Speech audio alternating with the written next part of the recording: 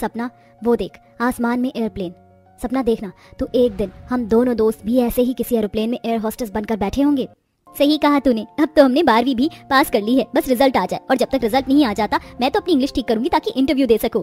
इस तरह सपना अपनी दोस्त से एयर होस्टेस की बातें करती हुई घर आती है और वो देखती है कि उसके घर में शगुन का कुछ सामान रखा है और शांति अपनी बेटी के आते ही उसे गले से लगा लेती है। आ गई मेरी बच्ची, आज तेरा आखिरी एग्जाम था, अच्छा गया ना? हाँ माँ, पर ये सब क्या है? ये तो तेरी होने वाली सास देकर गई है। तेरा रिश्ता बहुत अच्छे घर में लगा है, तेरे ससुराल वाले बहुत अच्छे हैं। तेरा पति और ससुर सब्जी बेचने का काम करते और सास अचार बनाती, सभी लोग कमाते हैं। तू अपने छोटे से ससुराल में खुश रहेगी। पर माँ, तुम तो जानती हो ना मुझे अभी शादी नहीं करनी, मुझे एयर होस्टेस बनना है। चुप कर, नौकरी करने की जरूरत नहीं है, हमने तुझे इतना पढ़ा दिया वही काफी है। और वैसे भी लड़कियां नौकरी नहीं घर संभालती हैं। अगर तूने ये शादी नहीं करी तो तू अपनी माँ का मरा हुआ मुंह देखेगी और अपने दिमाग से एयर होस्टेस बनने का सपना निकाल दे। ये बड़े लोगों के सपने होते हैं, ना कि हम जैसे छोटे लोगों के। इस तरह जबरदस्ती सपना की शादी बहुत जल्द रवि नाम के लड़के से करवा दी जाती है। पर ससुराल जाकर भी सपना अपने सपनों को नहीं भूलती और अपनी इंग्लिश ठीक करने में लगी रहती है। अरे सपना जल्दी करो ना, घर में टोकरी में जितने भी प्याज और टमाटर रखे हैं वो सब लेकर आओ। ये लीजिए आपके अनियन और टोमेटो। अरे बहू, हम लोग तुम्हारे जितने पढ़े लिखे नहीं हैं, हमें इतनी इंग्लिश नहीं आती। जी नहीं आती तो सीख लीजिए ना, हमारी बहू पढ़ी लिखी है। और सही कहते हैं लोग, अगर एक औरत पढ़ती है तो पूरा परिवार पढ़ा लिखा होता है। माँ वैसे ही मुझे ये एयर हॉस्टेस बनने की जिद करती ही रहती है। बोलती है डिक्शनरी ला दो, किताबें ला दो, फोन में नेट पैक डलवा दो ताकि इंटरव्यू पास कर सके। और ऐसी बातें बोलकर आप इसे और सिर पर चढ़ा दो। इतना बोलकर रवि अपने पिता के साथ सब्जी का ठेला लेकर घर से निकल जाता है। तो वहीं अचार में मसाला भरते हुए आशा अपनी बहू को अपने पास बैठाती है और उससे कहती है, बहू रवि क्या कह रहा था कि एयर हॉस्टेस क्या होता है? अरे माँ, एयर हॉस्टेस वही होता है जो हवाई जहाज में लड़कियां सुंदर सुंदर बैठी होती हैं। सही कहा ननद जी ने। माँ जी, मुझे भी एयर हॉस्टेस बनना है, मुझे भी प्लेन में बैठना है और देश विदेश घूमना है, बहुत सारे पैसे कमाने हैं, अपना सपना पूरा करना है, आप लोगों का नाम रोशन करना है। आप प्लीज मेरी मदद कीजिए ना। सपना अपनी सास से बात कर ही रही होती कि तभी वहाँ एक औरत आशा से अचार लेने के लिए अपनी बेटी के साथ आती है। अरे अम्मा, जरा एक डब्बा आम का अचार तो देना। माँ, तुम्हारी वजह से मेरी पढ़ाई नहीं हो पाती है, कितने दिनों से कह रही हूँ इंग्लिश का ट्यूशन लगवा दो, पर तुम मेरी सुनती ही नहीं हो। मुझे एप्लीकेशन लिखनी है, मैं कैसे लिखूँ? तुम्हें इंग्लिश की क्लास लेनी है तो मेरे पास आ जाना, मुझे इंग्लिश आती है, मैं करवा दूंगी तुम्हारा एप्लीकेशन। अरे वाह अम्मा, तुम तो बहुत पढ़ी लिखी बहू लेकर आई हो। पार्वती की बात सुनकर आशा को बहुत अच्छा लगता है और जब आशा देखती है कि उसकी बहू काफी तेज है और उसके कुछ सपने हैं तो वह फैसला करती है अपनी बहू को एयर हॉस्टेस बनाएगी। और उसी दिन शाम को कुछ पैसे लेकर बाजार से इंग्लिश की किताबें लेकर आती है और फोन में नेट पैक भी डलवाती है। ये ले बहू, इसमें मैंने नेट पैक डलवा दिया, अब तो आराम से फोन चलाना और ये ले किताब जो तूने मंगवाई थी। अरे भाग्यवान, ये तुम क्या कर रही हो? बहू को घर संभालने दो और उसे अपने साथ अचार बनाना सिखाओ ताकि बची हुई सब्जियां खराब ना हो। आप रहने दीजिए, अगर मेरी बहू एयर हॉस्टेस बनना चाहती है तो मैं बनवा कर रहूंगी, हमारे घर से भी तो कोई अच्छी नौकरी करे। आशा घर में किसी की नहीं सुनती और अपनी बहू का पूरा साथ देती है। ऐसे ही कुछ दिन बीत जाते हैं और एक दिन सपना से मिलने उसकी दोस्त दिव्या आती है। सपना, तेरे साथ तो बहुत गलत हुआ। जब मैं एयर हॉस्टेस बन सकती हूँ तो तू क्यों नहीं? तुझे पता है तेरी शादी के बाद मेरी जॉब लग गई और हाल फिलहाल में जब मैं अपने घर गई तो मुझे पता चला कि तू इस गांव में है। और आज जब मेरी यहाँ शिफ्ट लगी तो मैंने सोचा कि क्यों ना तुझसे मिलती जाऊँ। वैसे अब क्या सोचा है तूने? बेटा सोचना क्या है, मैं चाहती हूँ कि मेरी बहू भी एयर हॉस्टेस बने। देखना तुम, बहुत जल्द तुम्हारी दोस्त भी एयर हॉस्टेस बनेगी। अगर ऐसी बात है सपना, तो हमारे जिले में 30 तारीख तक एयर हॉस्टेस के इंटरव्यू चल रहे हैं, वो भी वॉक इन इंटरव्यू। तू भी इंटरव्यू दे सकती है। सच में? माँ जी, मुझे भी इंटरव्यू देना है और इसके लिए मुझे शर्ट पैंट और एक कोट चाहिए ताकि मैं इंटरव्यू देने के लिए जा सकूं। भाभी, आप ड्रेस की चिंता मत करो, मैं अरेंजमेंट कर दूंगी। दिव्या के वहां आने से सपना को गांव में हो रहे इंटरव्यू के बारे में पता चलता है। तो वहीं काजल और आशा किसी से शर्ट मांग कर लाती हैं, तो किसी से पैंट और किसी से जूते, और सपना इंटरव्यू देने के लिए तैयार हो जाती है। रवि, मैं अचार बना रही हूँ और काजल को पता नहीं हवाई अड्डा कहाँ है, तू बहू को थोड़ा इंटरव्यू करवा के ले आओ। माँ, ये कोई इंटरव्यू नहीं दे पाएगी और ना ही एयर हॉस्टेस बन पाएगी। मैं सब्जी बेचने जा रहा हूँ, मेरा टाइम वेस्ट मत करो। छोड़ दे तू, मैं अपनी बहू को इंटरव्यू दिलवा कर आऊंगी और सबको दिखा दूंगी कि एक अचार बेचने वाले की बहू भी एयर हॉस्टेस बन सकती है। आशा इतना बोलकर अपनी बहू को इंटरव्यू दिलवाने के लिए जैसे ही घर से बाहर निकलती है, आस पड़ोस की औरतें सपना को शर्ट पैंट में देख बातें बनाने लगती हैं। अरे आशा बहन, ये सब क्या है? तुम्हारा दिमाग तो ठीक है, बहू को नौकरी दिलवाने के लिए उसे इंटरव्यू दिलवाने जा रही हो। कल को तुम्हारी बेटी की शादी हो जाएगी तो घर कौन संभालेगा तुम्हारा? बहन, मेरी बहू की नौकरी लग जाएगी तो मैं ही ठाट बाट से रहूंगी। और मैं क्या कर रही हूँ, मैं बहुत अच्छे से जानती हूँ, मुझे तुम्हारी सलाह की जरूरत नहीं है। अरे छोड़ो, काकी अम्मा का दिमाग खराब हो गया है। आशा किसी की एक नहीं सुनती और अपनी बहू के साथ एयरपोर्ट के पास एक रेस्टोरेंट में जाती है जहां एयर हॉस्टेस के इंटरव्यू चल रहे थे। अब सपना इंटरव्यू देकर घर आती है और सारी बात अपनी सास और नंद को बताती है। माँ जी, आपको पता है मैंने अपना पूरा इंटरव्यू इंग्लिश में दिया है। इंटरव्यू वाले सर मेरी बहुत तारीफ कर रहे थे। मैंने इंटरव्यू तो क्रैक कर लिया है, अब बस मेरा मेडिकल रहता है। 10 दिन के अंदर मुझे अपना मेडिकल भी करवाना है, फिर मेरे पास मेल आएगी और फिर मैं ट्रेनिंग के लिए बाहर जाऊंगी, वो भी पूरे 2 सालों के लिए। ये तो बहुत अच्छी बात है। अब बहू तू अपनी डाइट का ख्याल रख, जब तक मैं थोड़ा सा अचार बना लेती हूँ। इतना बोलकर आशा अचार बनाने के लिए बैठ जाती है तो वहीं सपना अपना डाइट प्लान बना रही होती है। तभी वहाँ उसकी पड़ोसन अचार लेने आती है और अचार लेते हुए आशा को भड़काने लगती है। आशा बहन, अभी मौका है, बहू को इतना सर पर मत चढ़ाओ। बहू तुम यहाँ अचार लेने आई हो या मुझे भड़काने? मेरी एक बात कान खोल कर सुन लो, जिस दिन मेरी बहू एयर होस्टेस बनकर प्लेन से उड़कर यहाँ आएगी ना, उस दिन तुम सबका मुंह बंद होगा।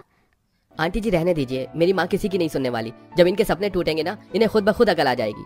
आशा लोगों की 10 बातें सुनकर भी अपनी बहू का साथ देती है। देखते ही देखते सपना अपना मेडिकल भी क्लियर कर लेती है और बहुत जल्द उसके फोन पर एक मेल आती है। माँ जी देखिए, मेरी मेल आई है। अगले महीने मुझे ट्रेनिंग के लिए अमेरिका जाना होगा और अमेरिका जाने का पूरा खर्चा कंपनी उठाएगी। माँ जी मेरा सपना पूरा हुआ, अब मैं 2 साल बाद एयर होस्टेस बनकर आऊंगी।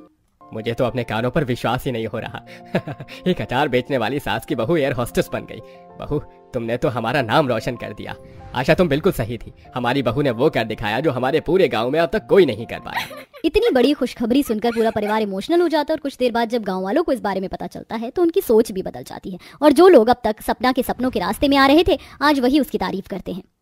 मैं तो जानती थी अम्मा तुम्हारी बहू एयर होस्टेस जरूर बनेगी। जैसी वो फर्राटेदार इंग्लिश बोलती है, मुझे तो पूरा यकीन था। अब बहू होता आशा बहन की तरह, अब समझ में आया पढ़ी लिखी बहू होनी क्यों जरूरी है। अब अपने परिवार वालों के साथ गांव वालों से मिलकर सपना एयरपोर्ट पर जाती है और अमेरिका में जाकर 2 सालों तक एयर होस्टेस की ट्रेनिंग करती है और ट्रेनिंग खत्म होने के बाद एयर होस्टेस के कपड़े पहनकर अपनी पहली फ्लाइट अटेंड करती है। सर, आपकी ड्रिंक। अपनी पहली फ्लाइट अटेंड करने के बाद सपना की पहली लैंडिंग उसी के गांव में होती है और जब वह एयरपोर्ट से बाहर एयर होस्टेस के कपड़े पहनकर आती है तो गांव वाले उसके गले में माला पहनाकर उसका वेलकम करते हैं। आप लोग इस तरह से मेरी मुंह दिखाई की रस्म करना चाहते हैं? मैंने क्या क्या सपने देखे थे अपनी मुंह दिखाई की रस्म को लेकर। इस मुंह दिखाई की रस्म में मुश्किल से मुझे ये नारियल और ये चांदी की चेन और अंगूठी मिली है। क्या करूं इनका मैं? अरे मेरे घर के नौकरों के पास भी ढेर सारा सोना है। आप लोग तो मेरे घर के नौकरों से भी गए गुजरे हैं। उर्मिला बहन, क्या तुमने हमें यहाँ अपनी बहू के हाथों से बेइज्जत होने के लिए बुलाया था? अरे हम गरीब हैं, लेकिन इसका मतलब ये नहीं कि हमारी कोई इज्जत नहीं है। इतना ही इज्जत का शौक है तो यहाँ क्यों खड़े हो? जाओ ना अपनी इज्जत लेकर यहाँ से।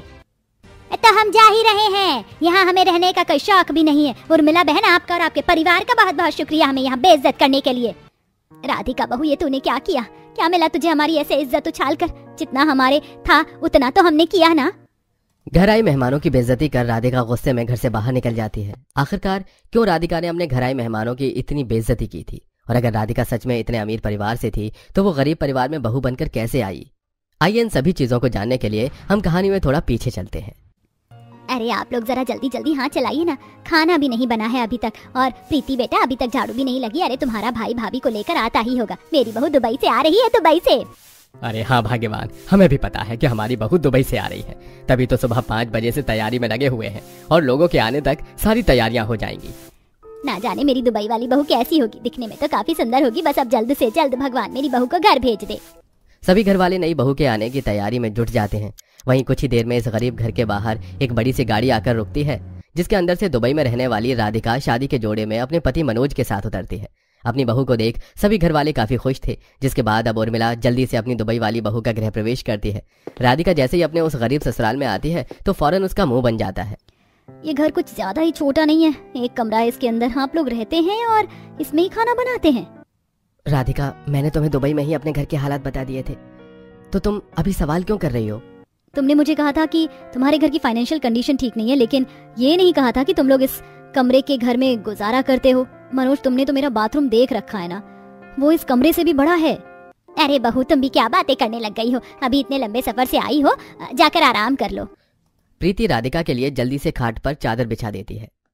अरे भाभी, आप यहाँ बैठिए, मैं जल्दी से आपके लिए चाय बना कर लाती हूँ। पहली बात, मैं चाय नहीं कॉफी पीती हूँ, वो भी ब्लैक कॉफी। और दूसरी बात, तुमने सोच कैसे लिया कि मैं इस खाट पर बैठूंगी? कहीं मेरे बैठने से एक खाट टूट गई तो लोगों के पास एक बेड भी नहीं है। अपनी दुबई वाली बहू का ऐसा बर्ताव देखकर घर में सभी को बुरा तो काफी लगता है, लेकिन कोई भी राधिका से कुछ नहीं कहता। थोड़ी देर में उर्मिला खाने की प्लेट में दाल, सब्जी, रोटी, चावल और अचार लेकर आती है, जिसे देख राधिका बहुत गंदा मुंह बना लेती है। ईयू, आप लोग ये दाल चावल रोटी खाते हैं? मुझे तो कभी भी ऐसा सिंपल खाना मैंने नहीं खाया। मैं हमेशा 5 स्टार होटल का खाना खाती हूँ। यहाँ आसपास कोई 5 स्टार होटल नहीं है क्या? 5 स्टार होटल तो नहीं है, लेकिन यहाँ पर एक पिज्जा की शॉप जरूर है। दैट्स फाइन, मैं पिज्जा ऑर्डर कर देती हूँ। अगर आप में से किसी को पिज्जा खाना है तो मुझे बता दीजिए। उर्मिला ने बड़े प्यार से राधिका के लिए खाना बनाया था, लेकिन राधिका उस खाने को ठुकरा कर बाहर से पिज्जा ऑर्डर करके खाती है और ऐसे ही शादी का दिन गुजर जाता है। अगले दिन राधिका उठकर नहा धोकर तैयार हो जाती है। राधिका बहू, आज तेरी मुंह दिखाई की रस्म है। हमारे यहाँ जब भी कोई नई बहू आती है तो उसकी मुंह दिखाई की रस्म की जाती है। आस पड़ोस की सभी औरतें आएंगी और तुझे देख कर शगुन देंगी। ओह गॉड, क्या मुसीबत है। अब किस किस को मुझे अपना चेहरा दिखाना पड़ेगा। कहाँ आकर फंस गई मैं इन बकवास रस्मों में। थोड़ी देर में अब आज पड़ोस की औरतें मुंह दिखाई की रस्म के लिए आने लगती हैं। राधिका अपनी लाई हुई महंगी सी साड़ी पहनकर बैठ जाती है और अब राधिका की मुंह दिखाई की रस्म शुरू होती है। ये लो तुम्हारी मुंह दिखाई का शगुन, ये 125 रुपए और नारियल और साथ में ये लाल रंग की चुनरी भी।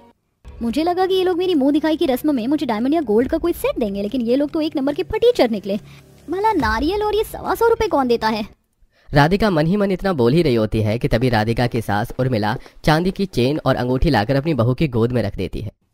ये चांदी की चेन और अंगूठी तो मैंने 2 साल पहले ही बनवा लिया था अपनी बहू को देने के लिए। आज तो मैं अपनी बहू को अपने हाथों से ही ये चैन और चांदी की अंगूठी पहनाऊंगी। माँ जी, आपको शर्म नहीं आती अपनी इकलौती बहू को चांदी की अंगूठी और चेन देते हुए? अरे हमारे घर के नौकर भी सोने का ब्रेसलेट पहनकर घूमते हैं। आपको पता नहीं कि मैं दुबई की रहने वाली हूँ। दुबई में सोना चांदी जैसे ही बिकता है। राधिका अपने साथ उर्मिला की काफी बेइज्जती करती है। वहीं सभी औरतें राधिका को अपनी हसरत के हिसाब से ही 100-200 रुपए देती हैं, जिसे देख अब राधिका का अपने गुस्से पर काबू नहीं रख पाती। आपको शर्म नहीं आती? मुंह दिखाई की रस्म में एक बहू को 100 रुपए देते हुए? कैसे कैसे लोग हैं, 100 रुपए कैसे दे सकते हैं? तो फिर भी तुम्हारी मुंह दिखाई की रस्म में मैं तुम्हें 100 रुपए दे रही हूँ। तुम्हारी सास तो मेरी बहू को 50 रुपए देकर गई थी। उस वक्त हमने तो कुछ नहीं बोला। लेकिन आप लोग भी फटीचर से कम नहीं हो। अब निकलो यहाँ से। अपने मुंह दिखाई की रस्म में आई सभी औरतों की काफी ज्यादा बेइज्जती करती है और उन्हें मन से भगा देती है। इसके बाद राधिका बहू होकर भी बहू का कोई भी फर्ज नहीं निभाती थी। घर के सारे कामकाज उसके सास ससुर और नंद करती। प्रीति ने कैसे झाड़ू लगाई, सारी मिट्टी मिट्टी पैरों में लग रही है। लगता है मुझे झाड़ू लगानी पड़ेगी। राधिका जैसे ही झाड़ू लगाने के लिए झाड़ू हाथ में उठाती है कि तभी कमलेश जाकर राधिका से झाड़ू ले लेता है। अरे नहीं बहू, तुझे झाड़ू लगाने की आदत नहीं होगी ना। तुम बैठो, मैं झाड़ू लगा देता हूँ। अपने ससुर को झाड़ू लगाता देख रही होती है। वहीं जैसे ही शाम होती है, कॉफी बनाने के लिए बिस्तर से उठती है कि तभी प्रीति राधिका को उसकी कॉफी लाकर देती है। मैंने अपनी फ्रेंड से पूछकर ब्लैक कॉफी बनाई है। ठीक है, बताइए ना कैसी बनी है। सारे छोटे बड़े काम उसके सवाल वाले बिना मुंह बनाए और बिना कोई शिकायत करे आराम से कर रहे थे। राधिका बहू, मुझे पता है तुझे बाहर का खाना पसंद है, लेकिन रोज रोज बाहर का खाना अच्छी बात नहीं है। ये देख, मैं तेरे लिए मूंग दाल के पकौड़े और हरी चटनी बनाई हूँ। खाकर बता कैसा बना है। अपने ससुराल वालों का ऐसा बर्ताव देख राधिका काफी ज्यादा हैरान थी। रात के तकरीबन 11 बज रहे थे। राधिका बिस्तर पर सो रही थी पर ठीक से सो नहीं पा रही थी। माँ, ये आप क्या कह रही हैं? वो पैसे तो मेरी पढ़ाई के लिए थे ना। बेटा, मैं जानती हूँ ये पैसे तेरी पढ़ाई के लिए थे, लेकिन तेरी भाभी को इस खाट पर सोया नहीं जाता। आखिरकार कब तक वो खाट पर सोएगी? उसके लिए हमें नया बेड लाना होगा। और वो तो मटके का पानी भी नहीं पीती। फ्रिज, एसी ये सब लाना होगा। वो बेचारी बच्ची दुबई छोड़कर हमारी गरीब झोपड़ी में आई है। क्या हम उसके लिए इतना नहीं कर सकते? माँ, बाबा, प्रीति, मुझे माफ कर देना। ये सब मेरी वजह से हुआ है। मैं तो मजदूरी के काम के लिए दुबई गया था। मुझे क्या पता था कि वो मुझे राधिका से प्यार हो जाएगा और शादी के बाद मुझे ये सब देखना पड़ेगा। बेटा, इसमें तेरी कोई गलती नहीं है। अगर राधिका की जगह हमारी प्रीति भी होती तो वो भी ऐसा ही करते। अपने सास ससुर के खुसर फुसर से राधिका की नींद खुल जाती है और उनकी सारी बात सुन लेती है, जिससे उसे अपनी गलती पर काफी पछतावा होता है और अब राधिका उठकर सबसे माफी मांगती है। मुझे नहीं पता था कि आप लोग मुझसे इतना प्यार करते हैं। मुझे माफ कर दीजिए। मेरे इतने गंदे बर्ताव के लिए मैं बहुत शर्मिंदा हूँ। तू हमारी बेटी जैसी है और बेटी इस तरह माफी थोड़ी ना मांगती है। जो हुआ उसे भूल जा। हम तुझे बिल्कुल भी नाराज नहीं है। बहू, तो फिक्र मत कर। तुझे जिन चीजों की जरूरत है ना, हमें बता दे, हम सब ले आएंगे तेरे लिए। बहुत किस्मत वाली हूँ कि मुझे आप जैसे लोग मिले। अगर आप लोगों की जगह कोई और होता तो मुझे कब का घर से निकाल देता। अब आप देखना, मैं सब कुछ ठीक कर दूंगी। राधिका अपने ससुराल वालों के हालातों को ठीक करने के लिए अब सबसे पहले उनके एक कमरे वाले घर को तोड़वा कर एक बड़े से घर में बदलती है। वहीं अपने पति और ससुर के लिए बिजनेस खोल देती है।